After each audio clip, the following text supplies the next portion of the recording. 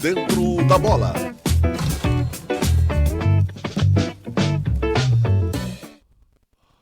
Olá, olá, olá, bom dia, boa tarde, boa noite. Estamos no ar para mais uma edição do quadro Por Dentro da Bola, ou Não Sabemos Nada da Bola, ou Que Bola, né? Pode fazer a metáfora que você quiser aí, porque tá pequena a nossa bola aqui em Caxias do Sul. Não estamos com a bola toda, né? Não estamos, né? Não estamos bons para o futebol. Infelizmente, né? O Caxias deu no que deu. E, como dizia, né, a velha zebrinha, deu zebra, né, o que deu a gente não sabe. O Juventude está aí nessa nhaca, né, que será que sai do lamaçal, será que vai ficar na Série A, será que não vai, enfim, cada um com os seus problemas, cada um com as suas opiniões, sabe-se que a vida continua, é claro, é só futebol. E o futebol é a paixão de muita gente segue torcendo para o seu clube, não importa onde ele esteja, né? Ontem, no domingo, a Paixão Grená foi, né, a presença de alguns torcedores aí que estiveram fazendo cálculos matemáticos e rezando, ou foram apenas, né, pelo time, pela insígnia. No Juventude é a mesma coisa, né? Vão-se as figuras, fica o clube. Mas a coisa não tá fácil não, e para isso eu já vou chamar o Joselito Santos para falar sobre isso. Alô, alô, Joselito, bom dia, boa tarde, boa noite, tudo bem? Bom dia, boa tarde, boa noite, Miguel Brambila. Bom dia, boa tarde, boa noite aos internautas, ao pessoal da Rádio Sabe Caxias e também aos telespectadores do Canal 14. Eu gosto que tu lembra sempre do institucional, que eu já quase não lembro essas alturas do domingo. Né? Um bom lugar para ler um livro. Hoje foi um domingo, né, do dia de Nossa Senhora Aparecida, dia da criança, né, para botar o trabalho intelectual em dia e ficar em casa pensando na vida e na semana que começa daqui a pouco, né? Para muitos já começou, pode ser segunda, você pode estar nos ouvindo no Teoria de Tudo ou na rádio a qualquer momento.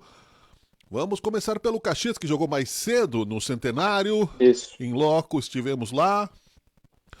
A minha análise antecipada é de que foram os 15 minutos mais vigorosos que o Caxias teve no segundo turno, quando conseguiu algum suspiro.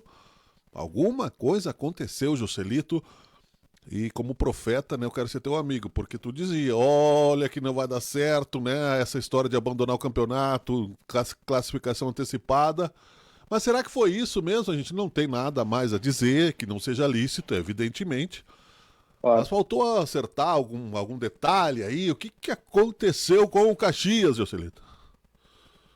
A gente não sabe especificamente o que acontece nos bastidores, né, do Caxias, principalmente no vestiário, mas tá muito estranho tudo que aconteceu. 9 jogos, onde o Caxias não conseguiu uma vitória sequer, o único time dentro do quadrangular final que não venceu, e não é só no grupo do Caxias, foi o único time que não venceu no quadrangular final, ou seja, o Caxias foi de primeiro colocado a último colocado, vamos dizer assim, do primeiro ao 8º dentro do quadrangular final, porque ele foi a pior equipe dentro do quadrangular final. O Brusque tinha ido muito mal no primeiro turno, no grupo que a Ponte Preta subiu e também o Náutico, mas o Brusque acabou se recuperando, estava que nem o Caxias, com muitas chances de subir, mas o Brusque tinha vencido pelo menos uma partida, e o Caxias não venceu nenhuma partida. O Caxias teve 4 pontos no campeonato, 4 empates, o Caxias 4 empates e 2 derrotas. É uma campanha realmente muito preocupante. Em relação à partida deste sábado, diante do Floresta, eu tinha certeza que ia ser um jogo extremamente difícil. A minha expectativa era saber se o Floresta iria vir para tentar jogar, porque também o empate não era algo tão interessante assim para o Floresta, ou se ia ser mesmo aquele Floresta que a gente já viu o campeonato inteiro, um Floresta muito... A melhor defesa do campeonato é a do Floresta, né? Principalmente no quadrangular final, pouquíssimos gols tomou. O que não e o Caxias nada, no primeiro... Não tomou gol nenhum, sim, mas não fez, não se classificou, né? Exatamente. Mas eu quero dizer que é uma defesa sólida, né? Pelo menos dentro do campeonato ela foi uma defesa sólida, mas em termos práticos, obviamente, não interessou em absolutamente nada, pois quem subiu foi o Londrina e São Bernardo, é isso que importa. Então as campanhas boas é de quem sobe, né? Então não Futebol importa. retranqueiro não classifica já. Isso é fácil Não, de ver, não né? adianta. É. Não adianta. E infelizmente tem um dado aqui que ele pode doer bastante para o torcedor Granal, mas tem que ser falado, vamos dizer assim.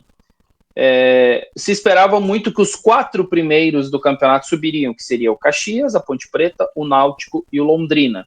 Esses foram os 4 primeiros da primeira fase. Qual foi o único time que não subiu desses 4? O Caxias. E aí eu vou ficar aqui jogando, né, como detetive. Eu faço o meu ofício todo dia. Todo dia. Aí tudo bem, eu gravei uns 10 programas antecipados, eu tive uma folga de umas 2 semanas, eu relaxei. Quando eu voltei, eu esqueci como dar bom dia, como dar boa tarde, como ligar o computador. Ou seja, eu esqueci depois de ter me classificado com louvores, num período pequeno, mesmo que com poucas mudanças, o fundamento técnico. Eu esqueci como se cruza uma bola, eu esqueci como joga o meu colega que jogou comigo todo o primeiro turno. Assim foi realmente, sabe, do nada que isso aconteceu. Né? Não pode um time simplesmente ter deixado o futebol na gaveta, a não ser que algo, né? Alguma maçã podre dentro do grupo tenha liderado uma questão financeira que não acertou o bicho, pô. Porque não pode, não faz sentido nenhum. O Caxias mostrou, o Caxias encantou, o Caxias deu a esperança de que seria o melhor e seria até cogitado como possível campeão e poderia não ter se classificado, não era essa a questão. Mas fazer fiasco, ficar em último, né? Dependendo de resultado. E a torcida estava fazendo cálculos ontem. Um amigo, né, que estava junto comigo no camarote da Cesumar, dizendo que a vaia não era justa para com o time. Porque ele é talvez um otimista. Eu já sou um pouco mais crítico. Eu acho que uma operação tartaruga que nunca vai ser provada aconteceu aí. Não pode ser. Não pode ser, Joselito. Eu vou te falar as palavras que eu disse na jornada esportiva. Eu falei antes da partida, nós fizemos um pré-jogo muito legal. O Jonas Marrone estava como nosso repórter no campo. O Ivan Sgaraboto também estava ali bem próximo do torcedor. Então fizemos um pré-jogo, muito legal. E eu falei no pré-jogo, antes da partida, eu disse, olha, eu vou dar uma trégua pro Caxias por enquanto. Porque eu fui muito crítico, e eles sabem, tu sabe aqui, né, Miguel? Eu sempre fui muito crítico ao Caxias. Crítico quando eu acho que tem que ser crítico, não é que eu sou crítico ao Caxias. Eu acho que quando o Caxias não estava me demonstrando confiança, e isso foi principalmente o jogo de tombos, onde o Caxias foi com o seu time reserva, na minha opinião, já desmobilizou totalmente o elenco através disso, porque tu coloca, tu trocar uma peça, 2, sabe, alguma coisinha, tá, até vai. Agora tu simplesmente jogadores titulares nem viajar, todos os reservas jogarem, mas era a oportunidade deles. Cara, tu tá no meio de um campeonato. Tu não tá num campeonato brasileiro de Série A, que tu tem 38 rodadas, que tu pode, sim, daqui a pouco de vislumbrar. Não, tu tá numa Série C de Campeonato Brasileiro. Tu tem que jogar sério todos os jogos, não importa o que possa acontecer. E outro detalhe importantíssimo, o Caxias joga uma vez por semana, Miguel. Uma vez por semana. Então isso para mim, eu não consigo conceber essa situação. Esse gerenciamento de grupo do Júnior Rocha foi muito mal gerido, né? Até teve uma brincadeira que esse gerenciamento foi mal gerido, teve um problema digestivo no pessoal, porque não foi gerido, de certa forma. Porque ele sempre dizia assim, o jogador não... foi digerido, exatamente. Causou uma indigestão. Então, né? Quando se tem um insucesso, não é só uma situação que acontece, não é apenas uma situação. Não, é um conjunto de situações. Claro. É um conjunto de situações, né, que acaba acontecendo. No caso, insistentes. Exato. Porque, por exemplo, já não ganhar mais nada depois da classificação já foi ali. Quer dizer, já jogou a toalha ali. Não ganhou uma, não ganhou 2, não ganhou 3. Não dá para culpar somente o Júnior Rocha, né? Aconteceu um fato ontem, aliás, que se o Caxias tivesse já pronto para a Série B, né, seria uma corda bamba. Por exemplo, foram ali 3.900, eu acho, torcedores fiéis, só os fiéis, muita gente que é fiel. 4 mil deu o público total. Pois é. 4.100. Por aí. Então, ou seja, público pequeno, né? Mas o jogo já estava começando e tinha uma fila de pessoas tentando entrar ainda, pessoas que estavam lá para apoiar o clube. Uma vergonha. Sim. Entendeu? Uma vergonha, uma falta de respeito com o torcedor. Entende? Muita Pessoas gente. Que chegaram ali sabendo que a chance era pequena, que o Caxias, além de não ganhar ainda, dependia do resultado de compadre lá. Perderam 10 minutos da partida, não importa se o ingresso fosse barato, se fosse de graça. Isso de tipo de coisa para um time que quer ser profissional, que quer almejar um futuro no campeonato de futebol brasileiro, não pode acontecer. Isso aí é time amador, pelo amor de Deus. Eu ainda vou completar em relação a essa situação. Se, por exemplo, o estádio tivesse, sei lá, 25 mil pessoas, tivesse completamente lotado, ok, beleza, pode acontecer, é um jogo de acesso. Até foi uma situação que eu acabei comentando, né? O jogo que, vamos dizer assim, que poderia ser considerado o jogo do acesso, foi contra o Londrina. Ali realmente parecia o jogo do acesso. Toda aquela atmosfera que teve do torcedor para fazer toda aquela recepção dos jogadores, a entrada em campo, o estádio. Eu respeito os números oficiais, mas visualmente não tinha os números oficiais. E aí é uma crítica, eu faço uma crítica, se eu tiver que falar diretamente com a direção, eu falo, não tem problema nenhum. Eu não tenho medo de absolutamente ninguém. Eu falaria na frente do presidente do Caxias, na frente do José Caetano Sete, quem for do Caxias. O Caxias está desvalorizando o seu produto, colocando um público menor do que todos estão vendo dentro do estádio. Dentro do estádio Centenário contra o Londrina não tinha menos de 10 mil pessoas. Menos de 10 mil não tinha. E o público oficial foi 7. Então esses mais de 3 mil, tu não tá valorizando por quê? Então esses caras que estão indo lá, eles não são contabilizados, eles não estão sendo valorizados? O porquê disso? A gente sabe, tem todas as questões dos impostos, isso e aquilo. Mas para mim é desvalorização do teu produto. Qual que é o maior produto do futebol? Qual que é o maior produto de um clube? É a sua torcida. E o Caxias está desvalorizando a sua torcida. É um perigo, né? É um perigo que isso seja uma coisa meio publicizada, né? Se tem a questão dos impostos e está subfaturando aí o número de torcedores, né? Tá faltando transparência, né? E aí não vai enfim, mesmo, né? Porque pois então... outra coisa, é dinheiro que cai nos cofres do clube, né? Se não está contabilizado, e aí como é que faz? A gente não temos nem como provar isso, né? Isso aí são estimativas, né? Não, são fatos, não é nem questão de provas, é uma questão de fatos. Quando tu vê visualmente, pode perguntar para quem tivesse. Visualmente não tinha 7 mil pessoas contra o Londrina, tinha muito mais. E ontem até, vamos dizer que eu até posso acreditar que tinha em torno disso, 3, 4 mil, não tinha mais do que isso. Mas, e eu te digo até que foi um público que eu imaginava, não imaginava maior do que isso, porque é o que a gente chama o público fiel. Surpreendente. É o público fiel. É o público fiel. Sim, eu concordo. Isso mostra que o torcedor tá ali com o time, né? Aplaudiram, vibraram com o gol do clube, vibraram com o gol do Londrina. Com o gol do Londrina. O gol do Londrina, eu te diria que foi mais vibrado do que o gol do Caxias. Com certeza.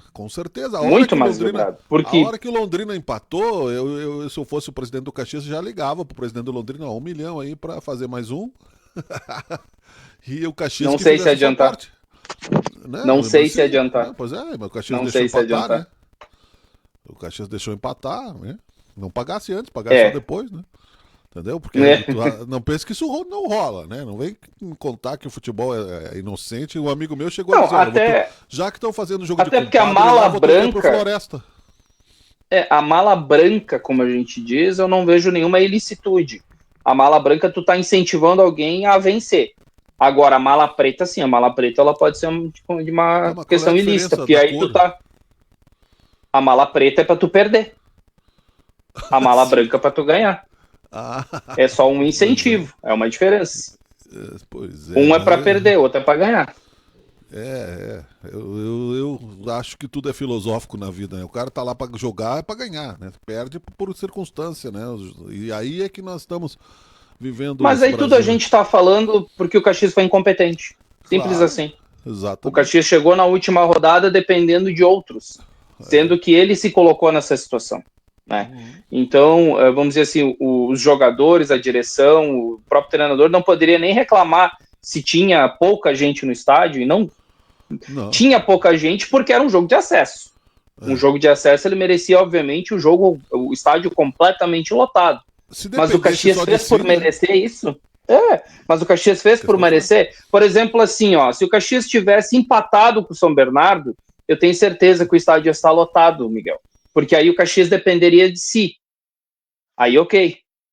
Mas o problema é que o Caxias não dependia só de si, né? Claro, e depois era um jogo de confronto direto, né? Os dois estavam lá para, enfim, jogo de compadre. Vou botar aqui a entrevista do Júnior Rocha pra gente ver o que tá rolando. Bom dia. Amanhã certamente vai ser um dos jogos mais importantes do Caxias nos últimos foi anos. Antes ainda, não. Último ano tá que errado. jogou. Esse é o do pré-jogo. Deixa eu achar aqui. Fala aí que eu preciso tirar um pigarro da garganta aqui. Eu vou achar. Tranquilo. Achei que eu tinha colocado a certa aqui, mas está errado. Tranquilo. Acho que nem tem entrevista, deixa eu ver. Entrevista coletiva, tem. 6 minutos, eu acabei de olhar aqui. Um dia. Ela é bem rápida. 6 minutos, né? 6 minutos. Bem rapidinho. Acho que é essa aqui. 6 minutos é bastante. É porque não tinha muito o que falar, né? Ele já se despediu do clube, né? Não falou oficialmente. Ele disse que agora, a partir de segunda-feira, que ele vai conversar com a direção do Caxias. Mas não disse nem que quer ficar e nem que vai sair. Não falou absolutamente nada. Mas acho que deixou em aberto. Eu acho que ninguém vai querer que ele fique. Nas entrelinhas, acho que ele não fica. Mas não tenho nenhuma informação. Como figura pública, se comportou bem, nunca brigou, sim, tudo certo, né? Agora não entregou o que prometeu, né? Também tem isso. Né? Não sei se não entregou o que foi contratado a fazer, não prometeu nada, na verdade, né? Ele não prometeu, ele sempre disse, eu não prometo nada. Mas é que ele criou uma expectativa tão grande que todos já imaginavam Caxias na Série B, e daqui a pouco esse foi o erro, né? Pois é. Mas não é. Se arrepende de alguma coisa, professor? Desse quadrangular do Caxias, a gente viu uma primeira fase muito boa, fora da curva do Caxias, mas o quadrangular, hoje a gente viu uma entrega muito maior também, né? Um futebol um pouco melhor do que o Caxias fez nos outros 5 jogos atrás. O que faltou e se tem algum arrependimento? Arrependimento nenhum. Nenhum. O que eu acho que faltou foi a bola realmente entrar, né? A gente ser feliz nas nossas finalizações. É mais fácil falar o que não faltou, né? Que foi entrega, foi organização, a gente conseguiu criar uma expectativa aqui que no início do campeonato não existia. Principalmente os atletas, né? Todos muito desacreditados e conseguimos chegar nessa última rodada vivos, né? Com chances reais de acesso, mesmo dependendo de outros. É o futebol. Bom, Júnior, você... É difícil, né, falar para o torcedor depois de toda a temporada que foi da Série C do Caxias, mas o que você falaria para o torcedor que ainda veio, acreditou, até fez o lema 1% de chance, 99% de fé. O que falar para esse torcedor após essa situação do Caxias não subir? Não, só agradecer ao torcedor, né? Eu lembro quando eu cheguei aqui, eu falei que com a torcida, né, teria mais possibilidade, teria maior possibilidade, e é verdade. Muitos dos jogos que nós fizemos aqui, o torcedor nos apoiou início, meio e fim. Então agradecer de coração, né, os que acreditaram até o fim, que vieram hoje ao estádio nos prestigiar. Tivemos um sucesso, infelizmente, e como eu falei na última entrevista aqui, aí tem todo o direito de vaiar, né? Mas antes disso, com a nossa exibição hoje, a nossa performance, o torcedor nos apoiou. E agradecer demais, né, por acreditar, né? Porque no início estava todos não acreditando. E aí as coisas foram evoluindo, a campanha foi indo bem, os atletas foram mostrando o seu potencial e a gente criou essa expectativa enorme aí, inclusive nós, né? Muita expectativa de acesso. Infelizmente não fomos nós premiados esse ano, mas com certeza o patrimônio maior do clube, torcida, o clube vai continuar a sua vida, vai continuar tentando se estruturar cada vez mais, para a hora que tiver mais uma oportunidade de acesso, estar mais pronto, né? Eu vou pausar aqui um pouquinho, eu discordo que só faltou a bola entrar. O Caxias não jogou para isso ontem, jogou um pouquinho melhor do que os outros jogos, né? Teve uma bola no poste depois que já deixou empatar, o Floresta não correu muito para fazer o gol de empate. O que acontece, né? Eu não analisei a partida ainda, a gente falou muito da campanha e tudo que aconteceu. Na partida em si, o Caxias começou muito diferente das outras partidas, começou me lembrando muito o time da primeira fase, um time intenso, um time que pressionava a saída de bola do Floresta, e o Floresta começou a se sentir muito incomodado nos primeiros minutos. E o Floresta não fez Tanto mais que o gol... porque foi ruim também, né? Desculpe. Isso a gente vai comentar depois no segundo tempo. Eu tô começando no primeiro tempo para fazer uma análise mesmo desde o início. No primeiro tempo, o Caxias... Eu gostei do Caxias no primeiro tempo. Se o Caxias tivesse mantido a mesma intensidade e principalmente até a efetividade daqui a pouco do primeiro tempo, o C não existe, mas o Caxias poderia sim ter saído com um resultado positivo. Não teria subido de qualquer forma, porque o Londrina também não fez a sua parte, que não era obrigação do Londrina. O Londrina já estava praticamente na Série B, o São Bernardo também, mas o Caxias dependia desse resultado positivo do Londrina. O Caxias vencendo por 2-0, o Londrina vencendo por 1 gol de diferença, o Caxias estaria na Série B. Mas o Caxias também não fez a sua parte, o Londrina e o São Bernardo largaram o jogo, né? Tanto é que terminou o jogo aqui em Caxias do Sul, lá em Londrina o árbitro olhou para os dois, assim, e começaram a se abraçar, o árbitro disse, bom, então vou terminar, porque não tem mais o que fazer aqui. Sim. Primeiro tempo, então, sim, primeiro tempo eu gostei do Caxias, acho que o Caxias foi um time intenso, mais uma vez pelo lado direito, até o Roney acabou tendo umas ultrapassagens legais, gostei do Ian Rolim, participou bastante, ele buscava a bola, ele fazia mais ou menos o que o Tomás Bastos faz. Infelizmente o Mantua é um jogador que tecnicamente ele é muito bom, mas o Mantua tu não consegue contar com ele, né? O Mantua acabou se lesionando no aquecimento, ele estava escalado oficialmente, recebemos no grupo da imprensa ali pouco antes de começar o jogo, segundos antes de começar o jogo, que o Mantua não ia poder jogar, o Tauan teria que entrar no seu lugar, porque ele acabou se lesionando, sentindo a coxa, algo assim, um desconforto antes do jogo. Então é um atleta que é muito bom tecnicamente, mas tu não consegue contar com ele. Aí do lado direito tem o Calisson, que é um jogador... Tá falando do Neymar? Desculpa, me perdi aqui. Um jogador que se lesiona bastante. O Calisson pelo lado direito me parece ser um jogador mais lúcido do ataque. O Giovanni Gomes, até foi perguntado pelo Matheus Maciel da Rádio Caxias o porquê que o Júnior Rocha não coloca o Giovanni Gomes, e ele se sentiu muito incomodado com a pergunta, então tem alguma coisa aí, como se diz, tem gato nessa tuba, porque o Giovanni Gomes veio como terceiro maior artilheiro do Brasil. O Giovanni Gomes não veio para ser um qualquer, ele veio sim com o status de ser o terceiro maior artilheiro do Brasil. E o Júnior Rocha insistia com o Helder, que fazia péssimas partidas, e ainda perdeu um gol que sim, também poderia ter colocado o Caxias em outra situação, que foi o gol ali contra a equipe, salvo engano, do São Bernardo, se não me engano, ele perdeu um gol na pequena área, e o Caxias poderia ter vencido aquela partida, né, contra a equipe do Tigre do ABC. Então, primeiro tempo, como eu disse, eu gostei do Caxias por conta disso. E aí veio o segundo tempo, aí já foi um outro jogo, até começou intenso, bem legal. Só que as trocas, mais uma vez, é aí que eu quero chegar.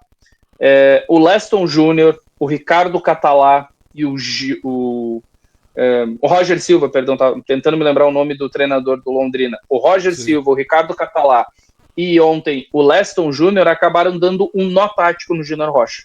Todos eles vieram aqui a Caxias do Sul e o Júnior Rocha não conseguiu sair da armadilha desses treinadores que vieram aqui.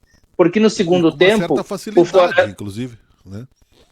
No segundo tempo o Floresta ele acabou trocando algumas peças e melhorou muito a equipe do Floresta. E o Caxias voltou a ser aquele time previsível. Infelizmente aqui eu não vou colocar na conta de nenhum jogador, mas o Vini Guedes também é um jogador que pode sim ser responsabilizado em dados momentos, porque o Caxias acabou tomando um gol no VGD, no Vitorino Gonçalves Dias, em Londrina, por conta de um erro individual do Vini Guedes, onde o centroavante Quirino acabou abrindo o placar lá em Londrina, e ontem o gol de empate na origem foi erro do Vini Guedes. Então um jogador que me parece que ele não estava também na mesma sintonia, tanto é que ele não entrou como titular porque não vinha bem. Aí ele teve que entrar porque o Roney saiu por conta de câimbras, e aí a equipe do Floresta no segundo tempo, aí que eu quero entrar e concordar contigo, o Floresta merecia até ter vencido a partida, claro, porque o Floresta perdeu o gol embaixo dos paus. O Thiago Coelho, o Thiago Coelho para mim foi a única peça, digamos assim, inclusive o torcedor no final do jogo, né, começou a gritar Thiago, Thiago, Thiago, porque se o Caxias também chegou até essa fase, Miguel, foi muito por conta do Thiago Coelho. Sim. Exatamente. Então, eu disse ontem, para a gente concluir aqui, né, dessa fase, porque nós poderemos usar horas, né, para poder falar também da outra questão que está também periclitante aqui, que é o Juventude. Poderia ser o resultado favorável ao Caxias, poderia. Agora, assim como tu disseste, alguns dos erros que poderiam ter sido evitados. Há também, né, uma outra questão que eu quero pontuar desse período pequeno da entrevista coletiva que nós ouvimos: arrependimento nenhum. Eu acho que é um pouco de mágoa quando a pessoa diz não me arrependo de nada. Dificilmente alguém não se arrependa de nada. Você não pode ter 100% de convicções, porque para não se arrepender de nada, você tinha que ter sido melhor do que o adversário, tinha que ter tido êxito. Eu me arrependo de muitas coisas que eu não fiz corretamente e que não deram certo, que eu vou ter que fazer, né? Então, quer dizer, já que ele não se arrepende de nada, já que deu tudo certo para ele e que só faltou a bola entrar, né? Eu acho que já não é uma opção pro Caxias pro ano que vem, porque se ele não se arrepende de nada, não entregou ao que precisava ser entregue. Como eu falei, não sei qual será o futuro do Caxias. O Caxias tem muito tempo agora para pensar no seu futuro, né? Pior, né? Verdade. O Caxias vai começar os trabalhos, acredito que em dezembro, porque no começo de janeiro já inicia o gauchão, lá pelo dia 10, 11 de janeiro, salvo engano. Vai ter o congresso técnico, mas com a mudança da CBF para 2026, o gauchão ele vai começar mais cedo. Na verdade, o gauchão não vai mudar tanto, né? Mais para os outros estaduais, porque diminuiu de 16 datas para 11 datas. Mas o gauchão já teve 11 datas esse ano, então para o Campeonato Gaúcho não será tanta mudança assim. O que é bem pouco, né? Oi? Muito pouca data, né? O Caxias não vai ter nenhum amistoso, sim. Vai liberar todo mundo agora? O que acontece, Ju? Não sei. Por enquanto não sabemos nada, porque tá muito quente, como diz as questões, né? Acredito que o Caxias agora vai dar um período de descanso para os atletas. Quem tem contrato ainda vai ficar por aí, mas quem não tem já vai ser liberado, principalmente os jogadores da Portuguesa, né? Vão retornar para o seu clube de origem. O Giovanni Gomes vai também sair e vai retornar para o seu clube de origem. Então, o restante provavelmente vai tirar uns dias de folga, vai se reapresentar e vão tirar férias. E aí depois, obviamente, a direção do Caxias vai pensar e ver o que vai ser feito. Até que o Júnior Rocha, ele mesmo falou na entrevista que a partir de segunda-feira, ou seja, amanhã, né, na segunda-feira, o Caxias e o Júnior Rocha vão conversar. Olha, eu posso estar muito enganado, mas eu acredito que é fim de ciclo para o treinador do Caxias. Eu acho que sim. Tomara que fique tudo bem nesse fim de ciclo, né?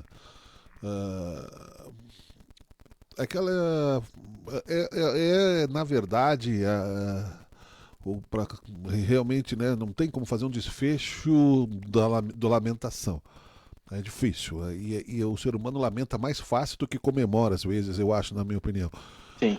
O que acontece nesse sentido de observar a falta de completude da expectativa que foi criada é justamente isso.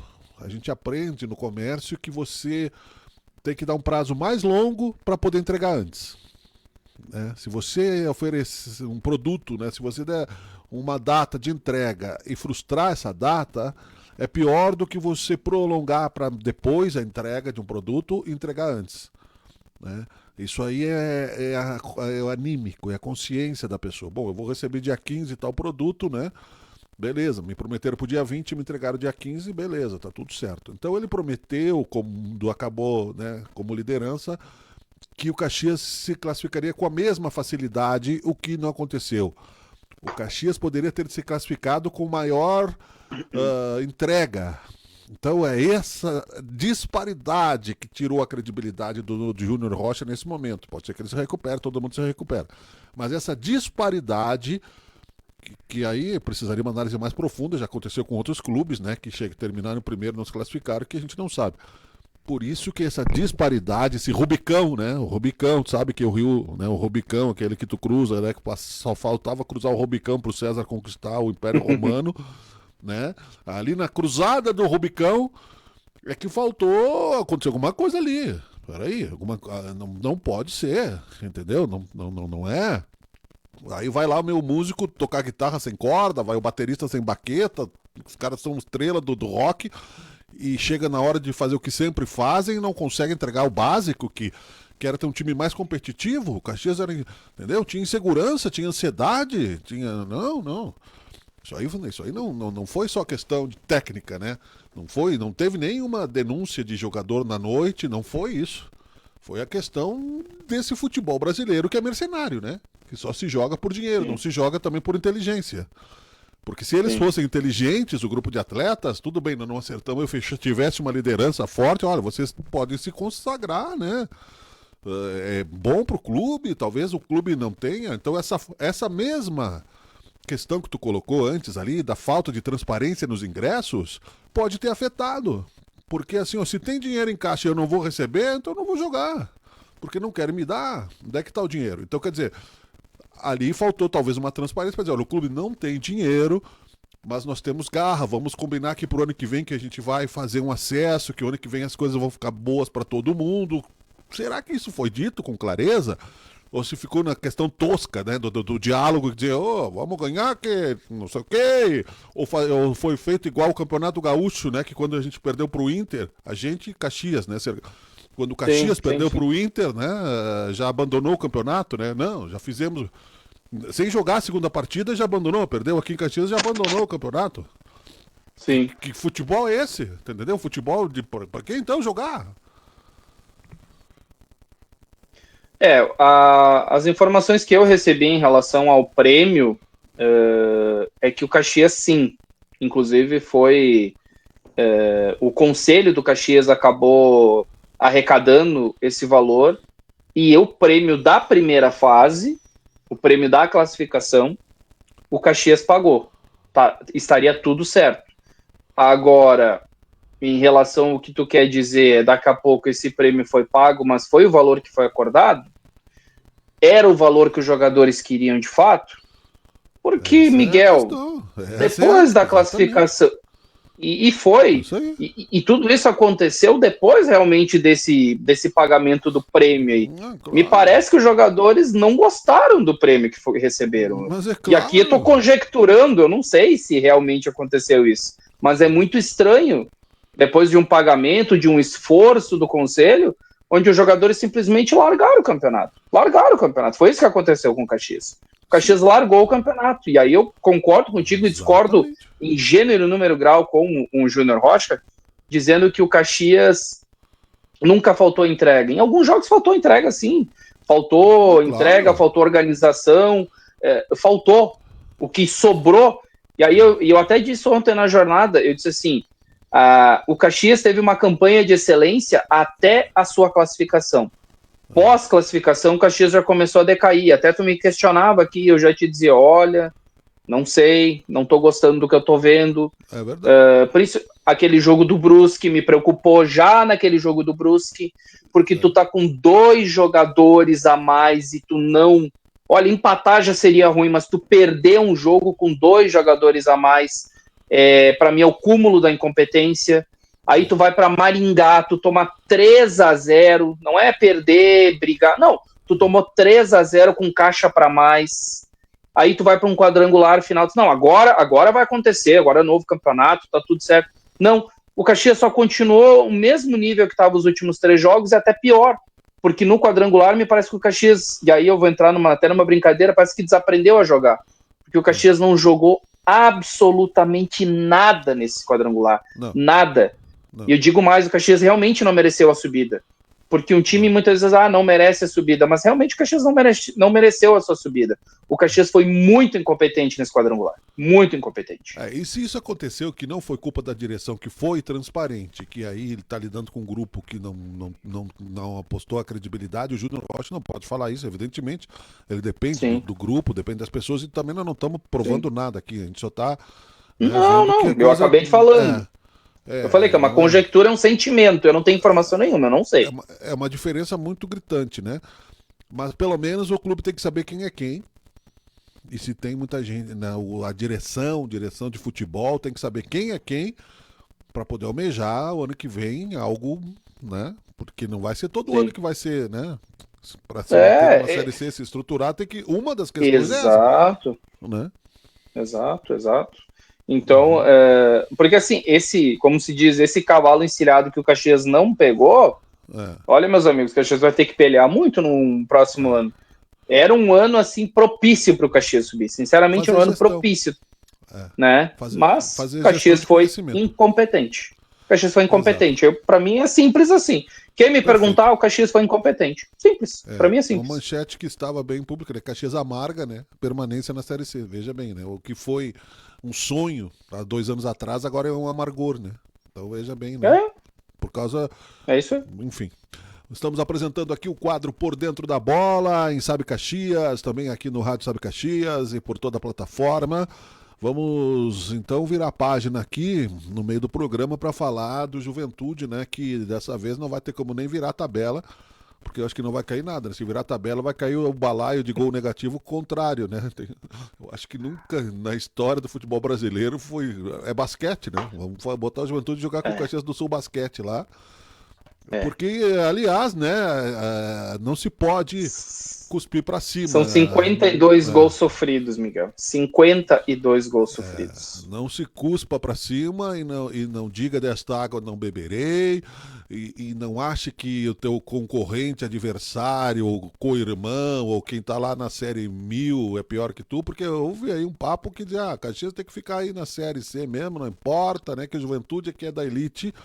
E não é culpa da torcida, é culpa de um presidente que falou isso, de um clube que não tem né, capacidade dialógica, moral para falar isso, né, de um clube que está na 2ª divisão praticamente já, na metade do campeonato, né, deveria morder a língua para falar isso, né? Porque em termos de grana tá tudo certo, tá? Tô sabendo. Mostrei aí não faz muito, aí faz uns 15 dias com um dirigente do Juventude, do conselho, né?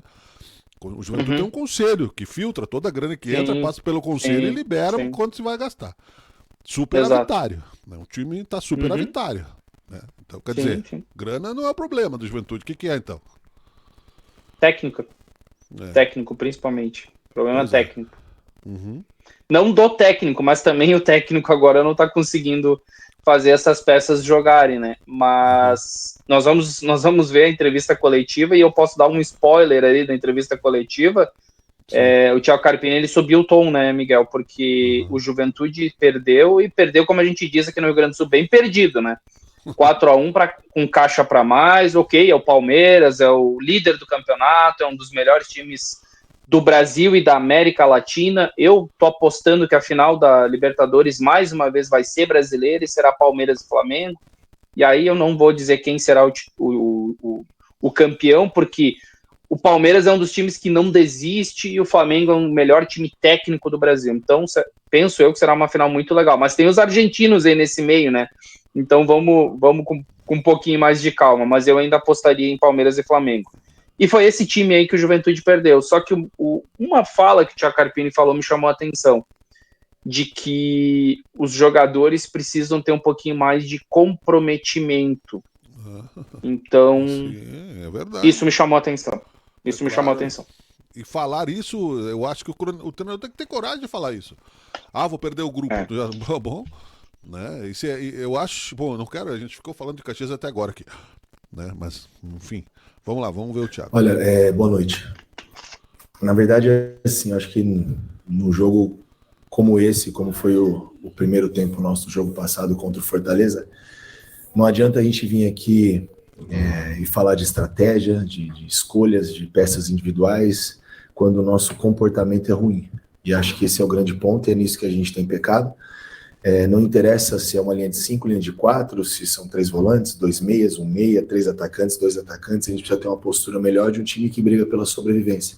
E quando você briga pela sobrevivência, espera-se alguns atributos que nós não estamos encontrando. Tivemos até determinado ponto dessa retomada, desses 11 jogos que nós participamos aqui juntos, mas de uns jogos para cá, em alguns tempos oscilar, tudo bem, mas o jogo de hoje eu acho que ficou bem fora do contexto em relação à nossa competitividade. Então, é difícil funcionar qualquer questão estratégica quando você não tem a energia necessária para jogar um jogo desse tamanho.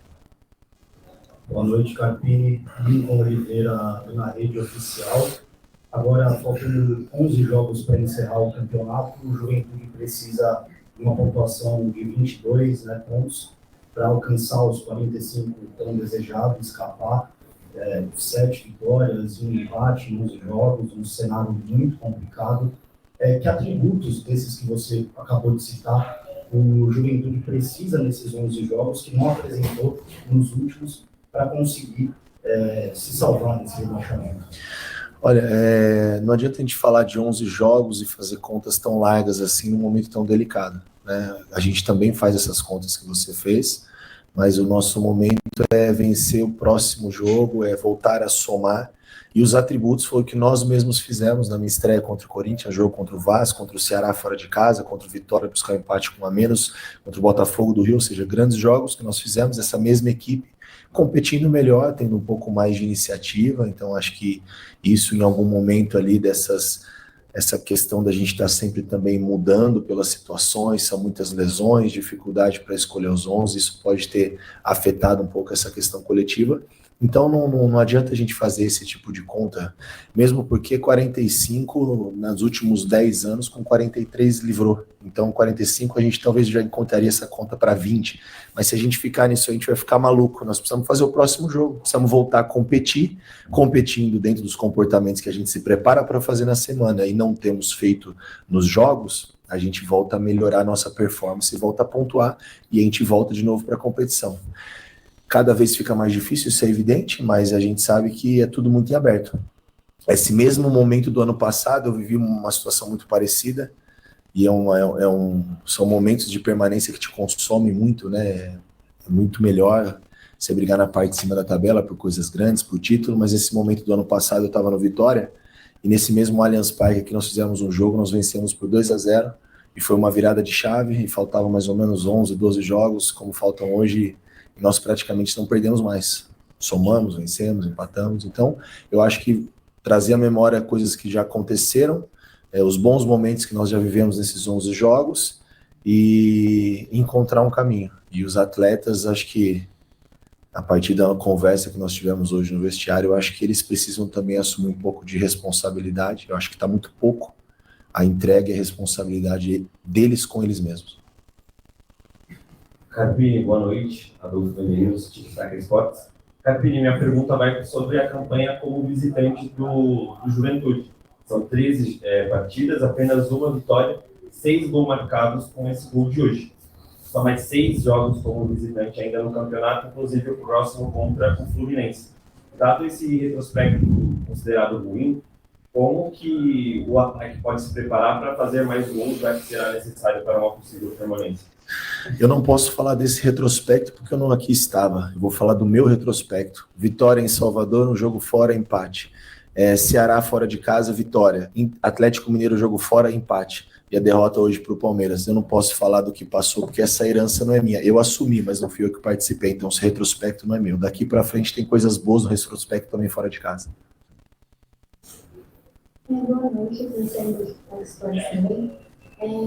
Daqui menos de um mês, vocês vão enfrentar de novo o Palmeiras. O que você leva desse jogo para o próximo mês, por conta que, por mais que não é o mesmo time, né? Sim. Não acontece assim, mas o que você leva? Olha, o que a gente leva do jogo, nem consigo te dar essa resposta pensando no próximo jogo do Palmeiras, tendo Fluminense meio de semana, depois Grêmio, Bragantino, enfim, outros tantos confrontos até chegar a esse jogo do Palmeiras. Mas a gente leva com certeza um aprendizado daquilo que nós não fizemos hoje. Nós nos preparamos para fazer uma semana boa, né? Acho que bem equilibrada, bem pensada, todo o suporte do clube, da diretoria, todas as informações da comissão, e agora precisa um pouco mais também do grupo. E eles precisam saber disso. E publicamente assumir essa responsabilidade não é transferir, não. A responsabilidade é toda do comando. Ela é minha e ela segue. É isso aí. Eu acho que tem que, sim, dividir a responsabilidade com o grupo quando tu percebe que tu não tá tendo resultado e tu tem que falar publicamente, né? Não tem nada a perder, eu acho que tá sendo corajoso o Carpini ao assumir o Juventude, né? E ao voltar e a pegar essa bomba aí, mas diz que não tem ainda nada perdido. Tu acha, Joselito, que é difícil, é possível, enfim, tem chance, enquanto tiver a esperança matemática, tem chance, né? Sim, sem dúvida alguma. Eu já venho falando isso há muito tempo, né? E o Thiago Carpini, ele sabe da missão dele, ele sabe, vamos dizer assim, o que ele assumiu. A missão do Thiago Carpini é muito árdua, a missão do Juventude é muito árdua, mas ela não é impossível. Então é aquela história, enquanto tiver bambu tem flecha, tem esperança, né? Não tá morto quem peleia. A gente vai falar aqui de várias frases, né? Puxou então, todos os teus ditados Galderes aí, enquanto tem bambu tem flecha. Mais ou menos isso. Enquanto tiver bolso tem butiá, vamos inventar uns aí. Mais ou menos isso. Uhum. Mas é muito difícil até porque a tabela do Juventude ela é uma tabela muito, assim, ingrata, né? No próximo jogo já vai pegar um time que tá voando, né? Depois da saída do Renato Portaluppi com o Zilberdia, o Fluminense não perdeu mais, o Fluminense se encontrou novamente. Depois do Fluminense, deixa eu pegar aqui bem certinho, o super placar acabou de me complicar a vida, vamos de novo. Meu Deus, que dificuldade para mexer nesse site aqui. Não, tranquilo, acontece, nós estamos ao vivo aqui. Mas se eu não me engano é o Grêmio. Sim, se não me engano é o Grêmio. Quando tu achar, tu avisa. Porque... Não, é o Bragantino, perdão. Bragantino em casa antes. O próximo no dia adversário 20... do Juventude é o Bragantino. Não, o próximo adversário é o Fluminense. Tá. No Rio de Janeiro, que é na próxima quinta-feira, dia 16. Perfeito. Aí na outra segunda-feira, no dia 20 de outubro, é o Bragantino em casa. Uhum. Aí depois o Juventude pega o Grêmio na Arena no dia 26, que é um domingo, às 4 horas da tarde. Na 31ª rodada pega o Palmeiras novamente, mas daí não é o jogo atrasado. É que esse jogo que o Juventude perdeu foi um jogo atrasado. E o Juventude acabou perdendo. Vai ser no dia 2 de novembro, às 8h30 da noite. É um domingo, se eu não me engano, às 8h30 da noite, contra o Palmeiras. Na 32ª rodada vai pegar o Sport, lá na Ilha do Retiro. É um time que está ali junto com o Juventude, praticamente. Na 33ª rodada pega o Vasco fora. Então todos os jogos, Miguel, eu não estou falando nenhum jogo aqui, é um jogo mais tranquilo, um jogo... Não, todos os jogos são extremamente difíceis. Tem muito ponto pela frente, Mais ou menos, mas tu vai pegar um São Paulo fora, tu vai pegar um Vasco fora, tu vai pegar um Grêmio fora, tu vai pegar um Palmeiras em casa, um Fluminense fora. A missão é muito árdua, muito árdua. Não, e tem que fazer 22 pontos de 33, né? É isso que eu entendi, né? São 11 rodadas, né? É isso? 11 rodadas. Ele tem que fazer 22. Mais em torno de 20, 22 pontos. São 7 vitórias, a torno de 7 vitórias. É bastante. É mais de 50%. Né? É mais de 50% de um time. Quer dizer, o Carpini percebeu que era uma encruzilhada hoje. Dependendo dos dois próximos jogos, já vai saber, né? E aí também vai navegar. Se vai ficar no clube, não vai ficar até o final do campeonato, a partir de 2, 3, 4, 5 rodadas, né? É bem provável que não fique, né? Se a coisa desandar a partir dessa. Uma conversa bem conversada às vezes funciona, às vezes não. Porque eu não acredito, né, sinceramente, que esses atletas não tenham essa consciência. Eu acho que nós estamos num momento de apatia, diante de um certo distanciamento da realidade entre aquilo que se vê das grandezas entre os clubes. Aquilo que. Porque muitas vezes dentro de campo tu vê o atleta mais conversando na camaradagem, na expectativa, né, de um networking com o adversário do que jogando mesmo na garra. Um amigo meu disse ontem, né, da antiga, que estava comigo no camarote ontem, disse: eu sou do tempo, né, tudo bem, tem que ter fair play, mas nós comentamos sobre o 7-1 lá, comentamos da época que coisas que nós já falamos aqui do 94, que a coisa estava tão pegada em 94 que o Leonardo acabou, infelizmente, né, quebrou lá o osso do rosto do americano porque o jogo era pegado. Nós estávamos falando do Filipão, né? Não estou fugindo do assunto, mas enfim, no 7-1, se fosse o velho Filipão, 2-0 já acabava o jogo, meu amigo. Tem fair play, mas eu não vou entrar na história com 7-1. Posso entrar na história de um cai-cai. Eu entraria num. Entendeu? Mas com 7-1 na Copa do Mundo. Jamais eu me permitiria isso. Então me parece muito isso, entendeu? Fico, sabe, muita Muito passividade, né? Muita passividade. Com a competitividade. É isso que o treinador tem que cobrar isso na coletiva. E foi o que ele falou, né? Que faltou competitividade. Né? Na coletiva, coisa que ele deve ter falado desde que ele chegou, entendeu? Não, né? Então quando ele fala na coletiva é porque não está ecoando na cabeça desagorizada. É isso que eu acho. Porque isso deveria ser, né, um assunto de cunho interno. Cobrar dos jogadores a competitividade, cobrar deles esse comprometimento, esse comportamento. Se ele vem a público para falar isso, Miguel, é complicado. É porque ele realmente está dizendo assim, ó, vocês não estão me ouvindo, então eu vou falar. Já que vocês não estão me ouvindo aqui no vestiário, então todo mundo vai saber o que está acontecendo. Sim, tomar 52 gols, faltando 11 partidas, vai tomar 100 gols no campeonato. 52 gols, é muito gol. Dizer, um saldo de menos 30, ou seja, se o Juventude depender de saldo, ele não vai conseguir se salvar. Esse é o problema. Eu vou te dizer, se o Carpini perceber que a coisa não vai andar, ele vai pedir demissão. Ele vai arrumar. Pode ser. Claro que tem dinheiro envolvido, não não sei como é que é o contrato, né? Nem todo mundo. Não sei também. Às vezes, tu pedir demissão pode te causar um prejuízo financeiro que não tá. Sim. Mas tem, né, quanto vale o teu jogo, não vale. Bom, enfim, tomara que dê tudo certo, né? Tomara que isso ecoe mesmo. É o que a gente espera. É o que a gente espera. 3 minutos para a seleção brasileira, né? Ganhar da Coreia não é difícil, né? Jogou bem, né? Mas também é a Coreia, né? Mas é aquilo que eu venho falando, né? O Ancelotti me parece que tá começando a fazer, ou colocando na cabeça desses jogadores que eles podem. Então, o Brasil, ele entra sim como... O Brasil entra como uma seleção brasileira que ela pode sim fazer bons jogos. É claro que a Coreia não vai ser parâmetro para a equipe, para a seleção brasileira, mas me surpreendeu o placar, né? 5-0 não é um placar qualquer, poderia vencer por 2-0, mas 5-0 realmente ele é um placar muito interessante. E o que me chamou a atenção na seleção brasileira é aquele chamada linha de 4, mas não é linha de 4 defensiva, é uma linha de 4 ofensiva, né? Onde tu tem o Estevão, que tá jogando muita bola no Chelsea, ele retornando com o Rodrigo e com o Vini Júnior, que são 2 ex-jogadores dele, do Real Madrid, né? E o Matheus Cunha como centroavante, que não é bem um centroavante, o Matheus Cunha é aquele centroavante que ele, mais um segundo atacante, propriamente dito, do que um centroavante. Então, o Brasil é um time muito... tem movimentações muito interessantes. Até no jogo tu via, né, que não ficava estaticamente o Vini, ele trocava com o Rodrigo, o Estevão também muitas vezes vinha para o meio, porque ele é um jogador que ele consegue fazer esse meio.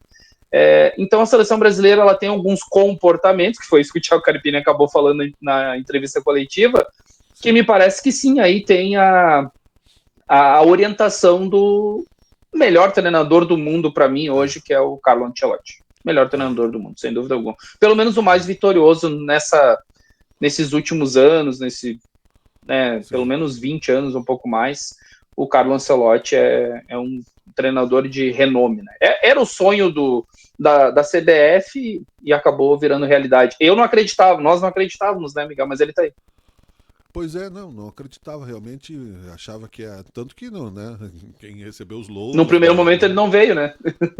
E talvez tivesse informações privilegiadas, porque aquele presidente ele não veio, o presidente caiu, né? Então, sabe que veio depois. Isso. Tem coisas que correm que a gente acha que os caras não sabem. O cara que ganha 5 milhões por mês. Só. Acho que ele sabe um pouco mais do que nós. O que tu faria com 5 milhões por mês, Miguel? Olha, eu pagaria uns informantes, pelo menos, para saber quem é o presidente da CBF, né? É o mínimo, né? É o mínimo que eu faria, né? Para não botar o meu burro na água, né? E acho, né, Joselito, que é esperado ganhar da Coreia, como era a expectativa das seleções que não ganhavam, mas encantavam ali. 74 não, mas 78 foi uma bela seleção, 82, 86, ficava sempre... Jogava bem, perdia jogando bem, né? Não era aqueles fiascos que aconteceu. Até 94 que foi... E o Brasil ganhava. Então, no meu tempo de guri, nos anos 80, 70, 80, esperava sempre goleada de time pequeno. O Brasil goleava time pequeno e fazia jogão com time grande. Perdia de 1-0, 2-0. Não tomava essas goleadas. Perdia. Depois de um tempo pra cá, começou a cair tudo que era tabu. Qualquer pangaré ganhava da seleção brasileira. Então, o Ancelotti, né, talvez fez o que tinha que fazer. Quero ver quando ele for jogar contra a França, contra a Alemanha, né, contra times mais vigorosos. Quando a onça vai beber água, que a gente vai ver realmente se a coisa vai acontecer, né? É isso aí. Muito bem. Joselito Santos, muito obrigado mais uma vez pela tua presença, né? Sempre importante, né? Interessante aqui no Por Dentro da Bola. Vamos a uma semana de expectativas aí, as férias do Caxias, né? Mas as informações continuam e saberemos mais a volta da dupla Grenal, que não jogou por causa do quê mesmo? Por causa da parada da data FIFA, né? O Juventude acabou jogando por conta do jogo atrasado, mas a dupla Grenal, a Série A parou. Tá bem, então tá explicado. Valeu, boa noite, bom dia, boa tarde. Valeu, um abraço, até mais. Não necessariamente nesta mesma ordem, né, mas ok. Um abraço, tchau, tchau, é o Teoria de Tudo. Até a próxima. Por Dentro da Bola.